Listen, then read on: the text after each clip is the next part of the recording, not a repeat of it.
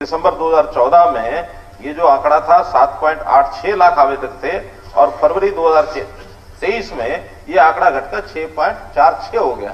अब 6.46 और 7.86 आप अनुमान लगा सकते हैं बड़ा कौन सा छोटा कौन सा, बड़ी है कि घटी है। और इसलिए जब आंकड़ा दे दिया तो उसमें बड़ी है कि घटी है, हाँ ना में जवाब देने का आवश्यकता नहीं, मैंने तो और विस्तृत जवाब दे दिया। इसी प्रकार अगर मानो इस तुलना को अगर मैं और पीछे चला जाऊं तो 2009 और 10 में यही आंकड़ा, क्योंकि ये आंकड़ा किसी के अपने आप बनाया हुआ नहीं है बल्कि ये पीएलएफएस का आंकड़ा है। पीएलएफएस का आंकड़ा जो है वो बहुत से सोर्सेज इकट्ठा करके उसके बाद ये गवर्नमेंट ऑफ इंडिया वहां से दर्ज होता है, वो हम नहीं बनाते हैं। ये 2009 और 10 में ये आंकड़ा था 8.7%। तो जब 2009-10 में 8.7 था, इसके बाद ये 7.86 हुआ, आज ये 6.46 है, तो इस हिसाब से तो लगातार बेरोजगारी दर घट रही है। अब ये आंकड़ा घटकर फरवरी 23 में 6.46 हो गया है। लेटेस्ट जो फरवरी 23 का आंकड़ा छपा है, ये महीने के महीने छपता है। इस तरह केवल वही नहीं, हम अगर उठा करके टेबल देख लें रिजर्व बैंक ऑफ इंडिया की, तो रिजर्व बैंक ऑफ इंडिया भी हर साल अपने आंकड़े छापता है। जो यहाँ 9.3 लिखा है, ये रिजर्व बैंक 8.1 है। अब कुछ आंकड़े ऐसे होते हैं, अलग अलग एजेंसी के अलग अलग होते हैं, क्योंकि कोई एक ऐसा फार्मूला नहीं है जिसमें एकदम से सारा कुछ देख लिया जाए, उसमें छाप लिया जाए। जहां तक सीएमआई की बात करते हैं, सीएमआई के डाटा इतने लगातार चेंज करते हैं। मैंने सीएमआई के डाटा में से आपको बताया था कि 2017 के एक महीने में हरियाणा का 2% ये बेरोजगारी आंकड़ा दिया था, जबकि बाकी जगह 2 नहीं है, उन्होंने छाप दिया। आज वो 34% छापते हैं, कभी 24 छापते हैं, एक एक महीने में 10% का अंतर। और उसका कारण क्या है?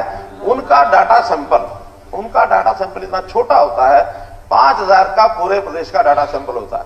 अब 5000 आदमियों का, जहां हमारी एम्प्लॉयबल जो पॉपुलेशन है 1,86,00,000 है, 1,86,00,000 में अगर 5000 लोगों से पूछ करके वो डाटा का करेंगे हिसाब किताब, तो परसेंटेज कहीं की कहीं जाएगी।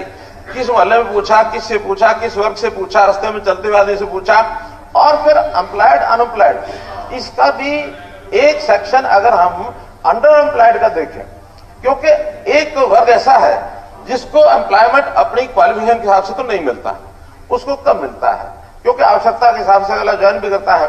अब वो तो कहता मैं अनएम्प्लॉयड हूं, हमारे हिसाब में वो एम्प्लॉयड आ गया, वास्तव में वो अंडर एम्प्लॉयड होता है, जिसकी इच्छा ये है कि वो और आगे बढ़ो। जैसे हम देखते हैं कोई भी एक जब एडवर्टाइजमेंट होती है, उस एडवर्टाइजमेंट जैसे बताया कि हाँ हमने ग्रुप सी की, ग्रुप डी की, ग्रुप बी की, ये एडवर्टाइजमेंट निकाली है, और उसमें लाखों लोग आते हैं।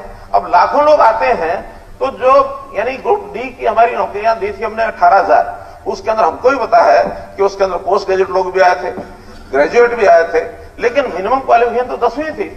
अब 10वीं के ऊपर के लोग, वो सब के सब आगे किसी भी भर्ती के लिए वो फॉर्म भरेंगे ही भरेंगे। अब उनको सबको हम अनएम्प्लॉयड नहीं कह सकते, उनको सेमी यानी अंडर एम्प्लॉयड कह सकते हैं।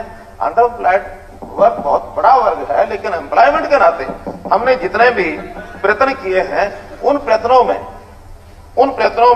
मैं आपको बता सकता हूं, सरकारी नौकरी के अंदर जैसे 1999 से 2005 तक 5 साल में 15,000 नौकरियां, सरकारी नौकरियां दी गई। 2005 से 14-10 साल में 86,000 नौकरियां दी गई, और हमने 8 साल में 1,09,93 ये नौकरियां